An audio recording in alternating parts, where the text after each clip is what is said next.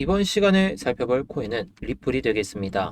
자, 우리 구독자분들 중에서도 그리고 시청자분들 중에서도 리플 홀더분들이 상당히 많으신 것 같아요. 저도 개인적으로 리플을 예전부터 모아놔서 제 평단가는 좀 낮기는 합니다.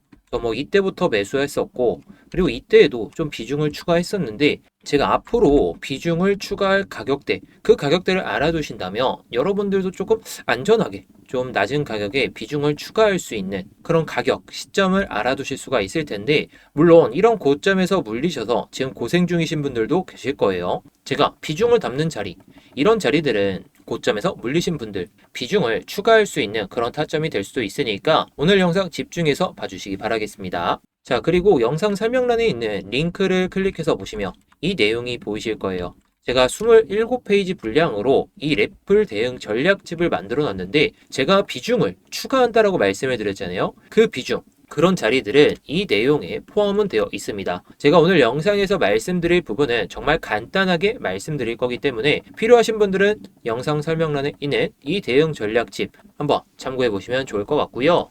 자, 일단 리플의 차트를 보시면 제가 여러 선들을 좀 그어놨는데, 기술적인 부분은 제가 이어서 설명드릴 거고, 자, 일단 최근에 나왔던 내용을 보시게 되면 리플과 스텔라 루멘의 돌파구 하면서 SEC 해시덱스 나스닥 암호화폐 ETF 확장 승인이라는 주제를 가지고 이렇게 기사가 나왔어요. 자, 내용을 보시면 SEC는 새로운 일방상장 기준에 따라서 해시덱스 나스닥 크립토 인덱스 US ETF에 승인을 내렸고, 이제 펀드에 대한 더 많은 투자 옵션이 있음을 의미한다라고 하는데, 자, 그동안 SEC는 이 리플 ETF 승인을 원래 10월로 예정을 했었고, 8월 달에 일단 연기를 했고, 9월 달에도 연기를 하면서 결국에 10월 달에 승인될 가능성이 높아지고 있는 상황인데, 자, 그런데 이것처럼 9월 24일에 서명된 새로운 규칙 변경으로 리플, 솔라나, 스텔라, 그리고 다른 알트코인들, 메이저 알트코인들도 ETF 목록에 포함되었다고 설명이 되어 있죠. 자, 지금 ETF는 우리가 잘 알고 있는 비트코인과 이더리움밖에 없어요. 자, 그렇다 보니까 비트코인은 최근에 좀 하락은 나오고 있지만 상승 이후에 하락이 나올 때 예전보다 그 폭이 상당히 적어졌거든요. 그 이유가 기관들과 그리고 우리가 잘 알고 있는 이 마이크로 스트레치, 이런 기업들이 저점에서 매수를 하면서 최근 단기적인 조정을 제외하고 봤을 땐 고점을 찍고 내려왔을 때 그 폭이 적어지고, 올라갔을 때는 그 폭이 상당히 커지고 있거든요. 자, 그만큼 리플도 그럴 가능성이 높다라는 겁니다. 왜냐? 기관 투자자들 그리고 기업들, 최근에 기관들, 이 ETF가 승인이 돼야 기관들이 들어오는 건데, 기업들이 리플을 전략적 준비금이라고 해서, 전략적 준비 자산이라고 해서 매수를 조금씩 하고 있거든요. 자, 이게 최근 들어서 좀 가능해진 게 규제가 조금씩 완화가 되고 있어요. 자, 이것처럼 서명된 새로운 규칙 변경, 뭐 이런 걸로 인해서 규제가 완화되고 있고, 기업들도 원래는 현물 투자 아니면 부동산 투자, 이런 것들로만 자산 증식을 좀 하거나 아니면 채권을 매수한다든지 뭐 이런 식으로 갔었는데, 이제는 시대가 많이 바뀌었잖아요. 우리가 금값이 많이 오른 건 알고 있고, 금값이 더 오를 가능성이 높지만 결국 시대가 지금 디지털 전환으로 완전히 바뀌고 있어요. 물론 디지털 전환은 이전부터 있었고 앞으로도 이어질 가능성은 높은데, 이렇게 ETF 규제가 조금씩 완화되면서 이 그레이 스케일이 신청한 이 리플 ETF가 승인이 된다면 결국에 기관들의 매수는 더 늘어날 가능성이 높고, 그러면서 기업들 또한 이 매수세가 더 받쳐질 가능성이 높다라는 거죠. 자, 그 이유를 말씀을 드리면 아까도 말씀드렸듯이 규제가 점차 완화되고 있어요. 완화가 되고 있는데, 자, 미국은 비트코인뿐만 아니라 코인 시장 전체적인 패권을 잡기 위해서 상당히 노력 중이고, 그래서 최근에 월드 리버티 파이낸셜 이 재단에서도 스테이블 코인을 만들었고, 이 스테이블 코인이 업비트에도 상장이 돼서 USD1이라는 이 코인을 우리가 많이들 보고 있죠. 자, 테더 같은 경우에 우리가 많이들 쓰고 있지만 결국에 USD1 이걸로 실생활에 그리고 글로벌 국경 간 결제 시스템에 있어서 좀 더 편리성이 있게끔 만들려는 그런 의도가 있습니다. 자, 그래서 결국 지금 USD1 이걸 뭐 사시라 뭐 이런 건 아니고, 결국에 스테이블 코인 시장에서 우위를 잡기 위해서 빠르게 선점을 하려고 하고 있고, 이미 선점은 하고 있지만, 그래서 리플도 결국 스테이블 코인 시장에서 좀 파일을 키워나가고 있다, 이렇게 볼 수가 있습니다.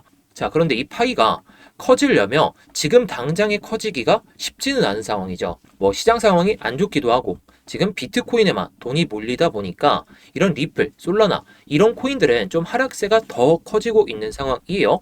그 상황에서 파이가 커지기보다는 일단 기반을 다지고 올라갈 가능성이 높다라는 거. 자, 그런데 제가 이 내용, 이 스테이블 코인 관련된 내용을 괜히 말씀드린 게 아닙니다. 자, 블랙록과 리플이 부채 위기, 시한폭탄을 해결한다?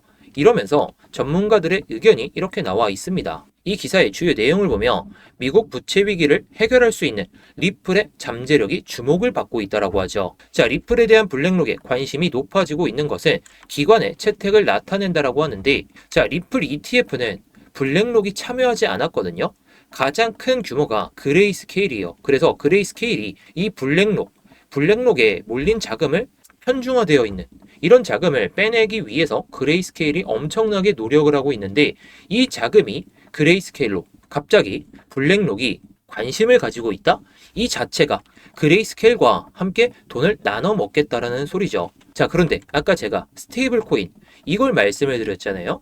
자, 이게 예전부터 나왔던 내용이긴 하지만 결국에 이 돈을 끌어모아서 이 돈들로 하여금 미국은 부채를 해결하려고 하고 있어요. 자, 우리가 예전에는 채권을 무한 발행하면서 현금 유동성이 엄청 늘어났던 걸 알고 있죠. 그 유동성이 엄청 커지고 있다는 겁니다. 결국에 이 부채가 지금 직면하고 있는 상황이기 때문에 부채를 관리하는 데 있어서 필요한 유동성과 효율성을 리플의 블록체인 기술이 해결을 할 수가 있기 때문에 미국이 SEC가 이 리플 ETF 승인할 가능성이 상당히 높다라는 것이고, 이거 승인 안 하면 결국에 트럼프가 좀 나설 것 같긴 합니다. 물론 폴리마켓이나 여러 가지 사이트에서 리플 ETF 승인 가능성이 95%, 거의 지금 100%에 육박하거든요. 자, 그런데 미국이 이 부채를 해결하기 위해서 리플 ETF에 대한 이 기관 자금이 들어오는 것을 가정하에 지금 판을 꾸리고 있는데 SEC가 승인을 안 한다? 이러면 좀 난리가 날 것 같습니다. 그때는 리플의 가격 하락도 분명히 나올 가능성도 높지만 이게 결국에 승인이 되면서 스테이블 코인 시장에서 아까 파이를 키워 나가고 있다라고 말씀을 드렸잖아요. 그 상황에서 이 미국이 움직이는 그 큰 흐름을 봐야 된다는 겁니다. 자, 그래서 지금 이 차트를 보게 되면 리플은 일단 그저께 좀 반등이 나오다가 그만큼 다 빠졌어요. 자, 그만큼 다 빠졌다라는 건 추세가 더 밀릴 가능성이 높다라는 거죠. 자, 최근 단기적인 추세만 보면 이 고점을 연결하는 선과 이 저점을 연결하는 선, 분명히 이 추세가 상방을 가리키는 건 맞는데 다시 한번 이게 내려오면서 이 저점 추세를 찍는다면 정말 바닥이 형성될 가능성이 상당히 높다는 건 맞는데, 만약에 이 저점을 이탈하고 투매가 나오면서 여기까지 못 버틴다?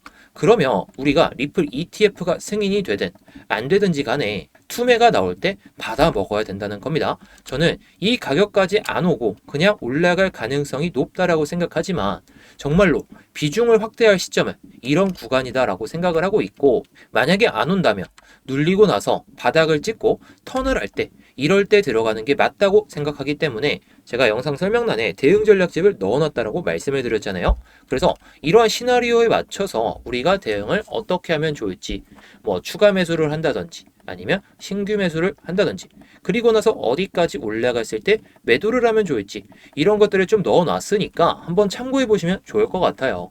영상 설명란에 있는 링크를 클릭해서 확인하시면 이 내용을 좀 확인하실 수가 있거든요. 자, 링크를 클릭하시면 이 비밀번호를 입력하라는 내용이 나오실 거예요. 자, 여기다가 숫자 6자리 치고 제출을 누르게 되면 이렇게 대응 자료집이 나오게 됩니다. 제가 이 대응 전략집을 예전에 그냥 오픈해서 모든 분들이 좀 보실 수 있도록 만들어 놓으니까 이걸 좀 악용하시는 분들이 너무 많아요. 제가 데이터들 그리고 리플 관련된 일정들과 어떤 이슈가 부각됐을 때 어디까지 오를 수 있을지, 그리고 최근에 리플을 움직이는 이 돈이 많은 고래들, 세력들이 어디서 좀 많이 모아놨는지, 그리고 어디까지 끌어올릴 수 있을지, 이런 것들을 정말 자료를 좀 많이 준비해서 제가 한 40페이지 분량으로 만들어놨는데 악용하시는 분들이 너무 많다 보니까 제가 정말 필요하신 분들에게만 이걸 공유드리고 있습니다. 이 내용 보시면 리플이 어떤 코인인지 정확하게 아실 수가 있고, 그런데 우리에게 중요한 건 결국에 가격 전략이다 보니까 이 가격 전략만 보셔도 좋습니다.